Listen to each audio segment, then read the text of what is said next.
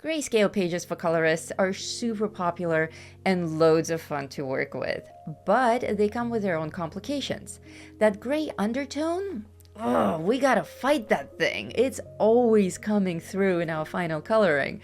So in this video, I will share with you my top tips for how to avoid that gray undertone and create truly pure and vibrant colors. Let's dive right in. Tip number one, work on toned paper. Toned paper is super affordable and very easy to acquire these days. If you're buying paper anyway, you might as well buy toned paper.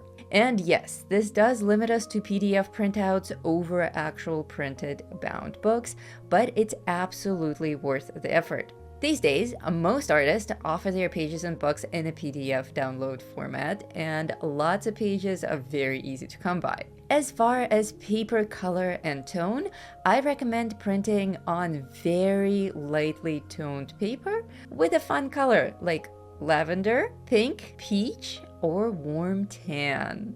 I have many videos on how to use toned paper, so I got you covered. Tip number two, print as lightly as possible. If you're working with a PDF download, you may not realize this, but you have complete control over the quality of the print. You can tweak your printer settings and print a little bit lighter. If you have any kind of image editing software, you can also drop the value and contrast settings of your PDF download. And you can even change the color. If you can do that, I recommend printing in either sepia tones or lavender tones. I offer many of my coloring pages in both of those versions. And in fact, this page that we're working with is available as a free download. And yes, it does come in this beautiful, dusty lavender. When you're coloring over hues like lavender or sepia, you're no longer fighting with an unnatural gray undertone. All of a sudden, you're working with natural hues. Lilac and brown are the way that we perceive shadows naturally.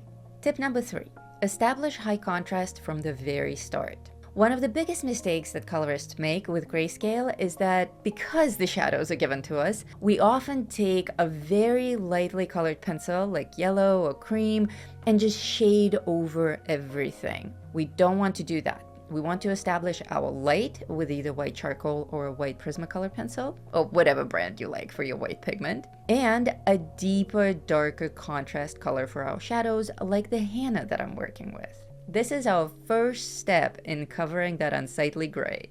Tip number four, tint everything that's grayscale on your page. Technically, it's lavender scale on this one, but you know what I mean. The term grayscale just means that shadows are provided for us. We don't want the original illustration to do the work for us. We want to cover everything that's shadow on this drawing with our own pigments. And in that sense, it's also important to work with high quality tools. I'm working with Prismacolor pencils on this, and they layer very nicely over pretty much anything. I even use Prismacolor over marker work.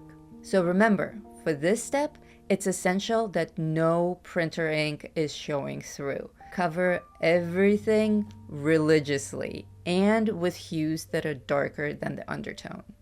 Oh, and by the way, if you would like to have access to the full recording of this process, it's actually this month's video over on Patreon.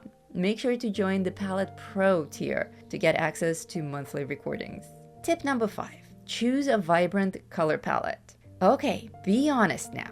How many of you actually plan your colors before you start a coloring project? I don't always do it either. It's very easy to play it by ear and to pick the colors that we like as we go, but I highly encourage you to invest in a little bit of pre-planning and actually pick a color palette that you know will be vibrant. Even though my overall look and feel of this project is very gothic and creepy and super duper on the purple side, you may have noticed that my color combo is actually red and green. If you close your eyes and you imagine this project that I'm working on right now, red and green is not what comes to mind, is it? You're thinking pale skin tone, purple hair, very gothic, very Victorian, but indeed it is the red and the green that are making it so vibrant. Now, red and green is one of the classic color combos. This is a complementary color combo, meaning that two of these colors actually make each other look stronger. When placed together, the red is looking more red and the green is looking more green. It's a trick of the brain, a trick of the eye.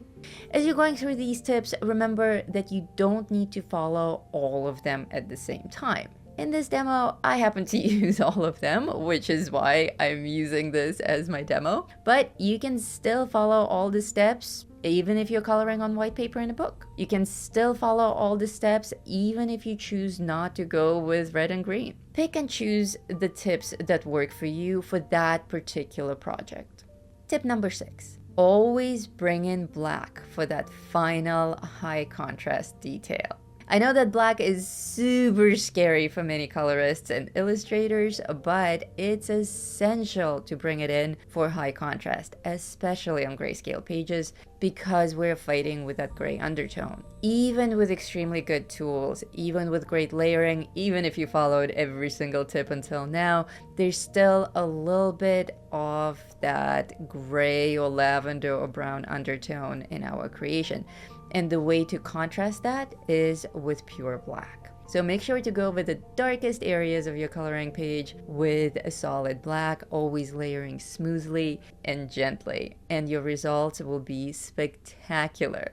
If you enjoy unusual techniques with colored pencils, make sure to check out this video that's popping up on the screen and have fun. My coloring is now coming to an end, and I am super happy with how it turned out. This last bit isn't technically a tip, but a final thought for you. Don't obsess over coloring the entire page edge to edge, especially if you're working on toned paper. The background is already there for you. Notice how little pigment I actually added here? That minimalist approach may just be the cherry on top.